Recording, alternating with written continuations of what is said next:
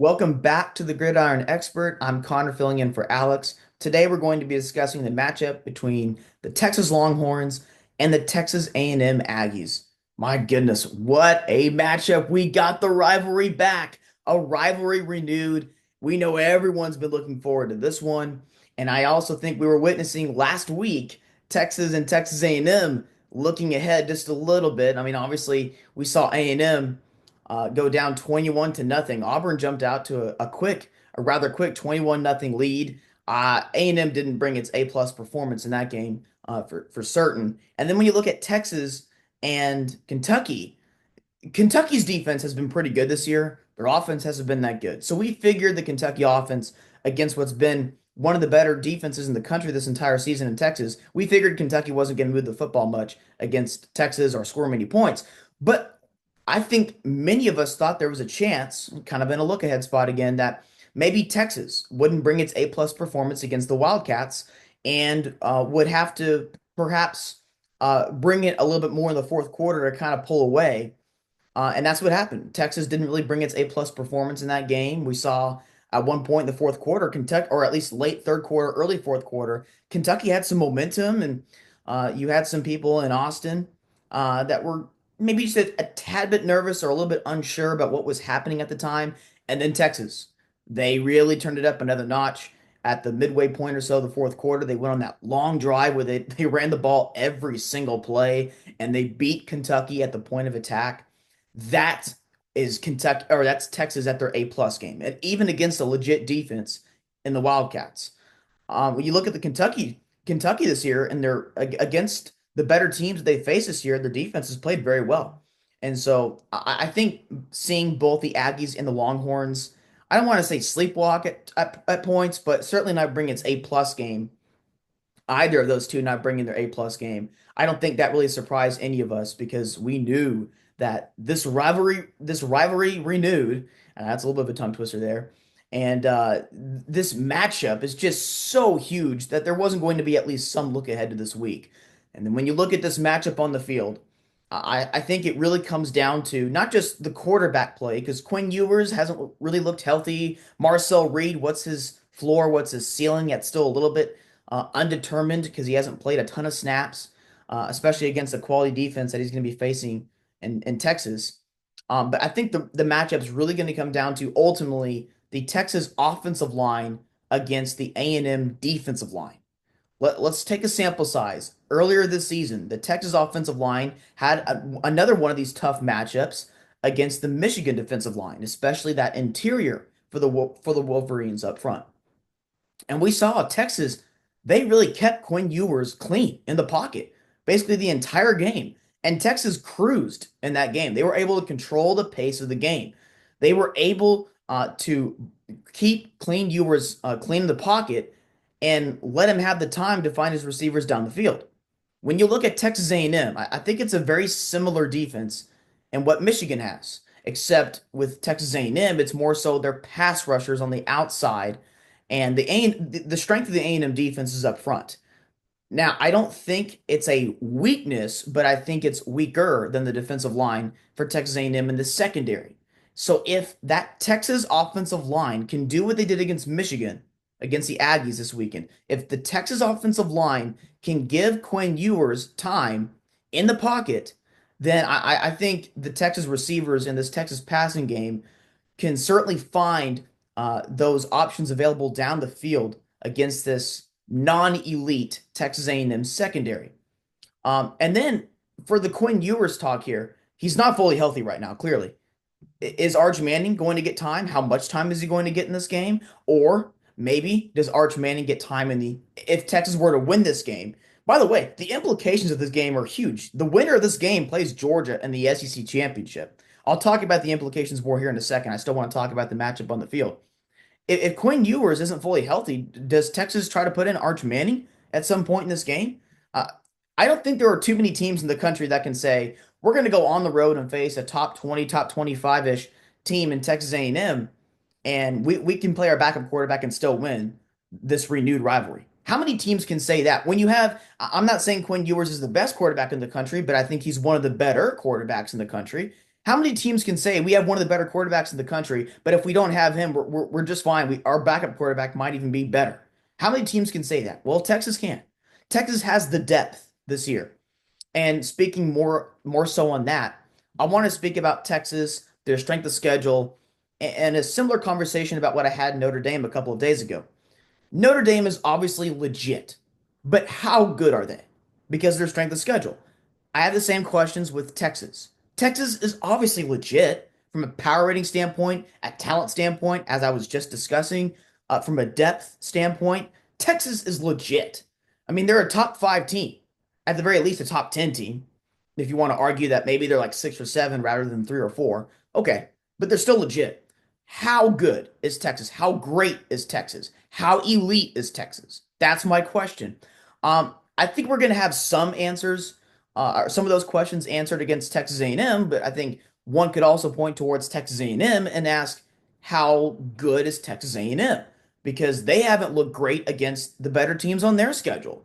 Because I don't think any of us are that high on Missouri despite Missouri's record. And yes, A&M beat Missouri decisively, but against what other team, against what other team with a pulse plus, so to speak, has Texas A&M looked great against? So I think there's a lot of questions that need to be answered in this game in terms of the national landscape. And when you look at the matchup on the field again, I think it's ultimately going to come down to again the Texas offensive line against the Texas A&M defensive line, but also the Texas A&M offense against this Texas defense. We have questions in regards to how healthy is Quinn Ewers? What is Texas' ceiling? But we have seen that Texas has a very, very high floor this year because of their defense. Their defense shuts down everyone that they played thus far, including Georgia. Georgia just had some short fields in which, give Georgia credit, they capitalized on, but Georgia put Texas in a hole because of Texas offense's miscues. Texas defense still played very well in that game against Georgia. Does one want to question Georgia's offense too? I get it. We've got a lot of questions here in the SEC. There seems to be what seven, eight, nine teams in the SEC that really aren't that much better or worse than one another, which has created some parity that has created some controversy nationally because now we have a 12-team playoff and right. So I'll get into this land. I'm going on a tangent here. I'll get into this national discussion here in a second, but the matchup on the field, I think, between the Texas A&M offense and this Texas defense is very interesting. Marcel Reed, he had his coming out party against LSU, but he only attempted two passes in that game. And I think we have to pump the brakes just a little bit on the hype around Marcel Reed. He has a chance to show himself in this game and put up a good performance, obviously, but he didn't look great against South Carolina. And the passing game, there's still some questions. He looked fine against Auburn, but this is going to be the best defense he's faced up to this point. He didn't really see action against Notre Dame. So this Texas defense, statistically, they're good in really everything. They're second in passing yards allowed, second in pass efficiency defense, second in first downs given up behind only Ohio State. We've seen Ohio State ceiling on defense this year. They've got, what, seven, eight pro players in that defense. They're ninth in red zone defense, going back to the Texas defense, 10th in third down percentage defense, 13th in rushing defense. They're tied for 11th in sacks forced, 13th overall in tackles for loss forced, third in overall scoring defense, and then finally second in overall total defense. Texas is good at everything defensively. Do you want to? There's an argument to be made that Texas is not as good as what they were last year in the run defense category, but the pass defense has improved so much from last year. Texas defense is very good at every single level, and they're elite in a lot of things. So we're going to have a lot of questions. We have a lot of questions for this Texas A&M offense. What's Marcel Reed's ceiling? The Texas A&M running game hasn't been that great. They've averaged about 3.2 yards per carry in their last two outings against SEC competition. Against South Carolina and Auburn, South Carolina's defense is obviously very good, as we've discussed earlier this week. Auburn is better than their record, similar to USC, better than their record, as we discussed earlier this week as well. So, and this is going to be the best defense that A&M has faced up to this point. So, can the A&M running game get going? We've got questions about that. Can the passing game get going with Marcel Reed? And we have a pretty small sample size with Marcel Reed against upper echelon competition in the passing game. So can the A&M offense move the ball at all against this Texas defense? And then the Texas offense, are they healthy right now? Can they move the ball in what's going to be a raucous environment against a really, really good Texas A&M defensive line? That's why I said earlier in the video, the game's going to come down to ultimately, I think, the Texas offensive line against that Texas A&M defensive line. That's where I think the matchup is going to be won. Whoever wins that matchup is going to win this game. I'm expecting a close game. It's a rivalry. Anything can happen. So we don't have a play on the spread in this game. We don't have a play on the total in this game. But I am going to make a prediction of who I think is ultimately going to win this game.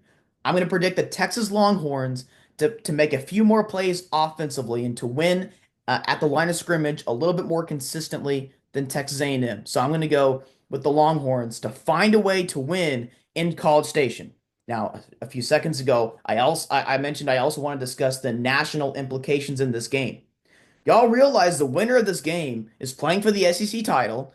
That means Texas A&M as well. And think about this: Texas A&M has 3 losses. If Texas A&M were to win this game, it's live. It's Texas and Texas A&M. It's in College Station. If this were in Austin, I think I would give the Aggies a very slight chance. But because it's in College Station, I think they're live to win this game. But the winner of this game is playing for the SEC title. If Texas A&M plays for the SEC title, let's say they lose to Georgia, that's going to be the fourth loss for Texas A&M. Does the committee put in a 4-loss SEC team because they played for the SEC championship, or does the committee punish a team for playing for its conference championship? Lane Kiffin had this discussion a week ago. Of course, now Ole Miss is coming off that loss to Florida, so that's kind of by the wayside now with Lane Kiffin's comments, at least regarding Ole Miss. But I think those same comments can be pointed now towards Texas A&M. Again, if the Aggies win this game, they're playing for an SEC title. Does the committee, if A&M loses the SEC championship, does the committee punish a 4-loss Texas A&M team? If Texas were to play for the SEC title and lose it, Texas is still going to make the playoff at 2 losses, having just played for the SEC championship. But I mean that's an interesting argument, isn't it? And you still have other teams like Indiana, uh, what Boise State, the Big 12 champion, Tulane at this point. There's still a lot of what's the term, splitting hairs that they're going to say here in the coming weeks. So this is really, really interesting. And this is, I think we're going to have an expanded further playoff expansion in a couple more years, because of the situation that we're in for this year and the parity that we have this year. But I think this could be the new norm with the portal, NIL, the playoff expansion, obviously. And does the committee punish a team that plays for its conference championship and loses? Right? There's a lot of discussion with those things. And then you have like the Indianas of the world that had those manageable schedules, Notre Dame's of the world that are not going to play, much less win a conference championship, but they might only have 1 or 2 losses. Do they still put those teams in? Right? There's a lot of discussions in the quality of talent versus the quality of performance, the strength of schedules, the metrics, all of that.